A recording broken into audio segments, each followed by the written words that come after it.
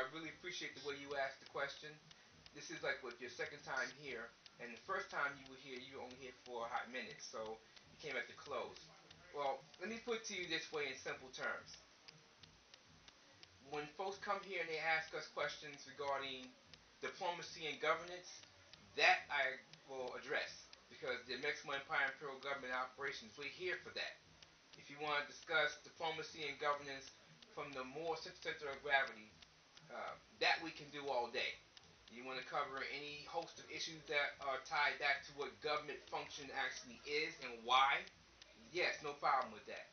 But when folks come here and they ask us questions regarding what's happening with a different house of Moors, we don't get into that. And the reason as to why, if we're not actively involved directly with them or in a formal type of setting or relation with them, it's not our place to speak about issues regarding the separate house from the Amexem-Moor-Empire. Um, it's not within our wheelhouse. So if you ask us questions about, say, astrology, well, we'll send you to the nearest location where the clock of destiny is. If you happen to ask us any questions regarding civic associations, well, we'll send you to the seal, the Great Seal, or any other body that deals with civic association affairs. Now, if you ask us any questions about the teachings of Noble Drew Ali, well, we will definitely send you to the nearest temple. To this location, the nearest temple would be Temple 13, about a little more than 10 minutes, 15 minutes from here. We pretty much tell folks, look, if you have any questions about the teachings or the work of Noble Drew Ali, we study them, we're familiar with them, but that's not our central focus. You want the detailed information, but you would go to for spiritual instruction or quote unquote religious instruction from the temple. That's what they're there for. So we don't have a problem with we be asking the question. All we want folks to be clear on is the fact that if you want to know detailed specifics about the why things are done in the manner that they're done, say at the temple or wherever else, then when you go there, if you ask us about the NOI, we will say to you the nearest mosque to here is number 12, and that's about maybe 35 to 40 Earthmen from here. So those are all of our family. We love all of them. If you ask us where the nearest Israelite temples are, we can tell you where they are. Those are our family too.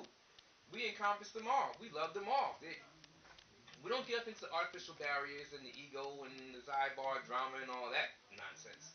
So what folks do is what they do. And again, as I told you and others,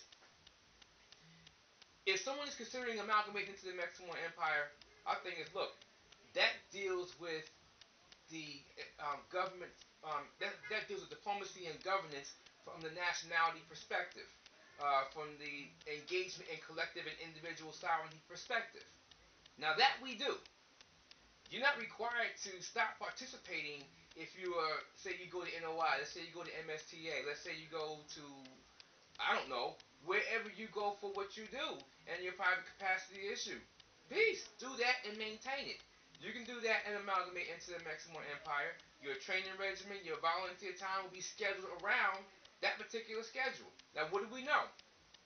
Temple usually has their meetings on quote unquote Friday, so quote unquote Sunday, and I believe it's quote unquote so-called Wednesday.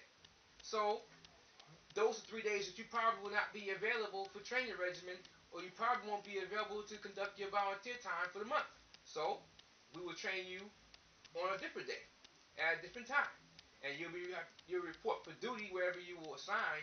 Like for example, what you do, you're probably going to be assigned to the Department for the Public Works, and if that is in fact the case, or possibly even to inspections, inspection command, or something along those lines. If you are assigned to one of those where you're dealing with buildings, or either the construction or the maintenance thereof, well then that's where you're going to probably end up doing your 32 hours a month volunteer time. And so we can work around everybody's schedule. We don't get off into all that, well, if you come into this venue, you can't do that. No, that doesn't make no sense to us. What you do in your private capacity, that is your business. When you're on duty, that's because you're either working on the building, maintaining the building, designing the building, cleaning out a building, anything that has to do with the structural integrity of that particular building, or the use of that particular building, that's what you would be doing when you are doing your 32 hours a month of volunteer time.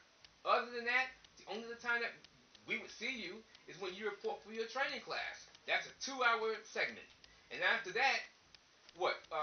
Briefing or briefings that you come to?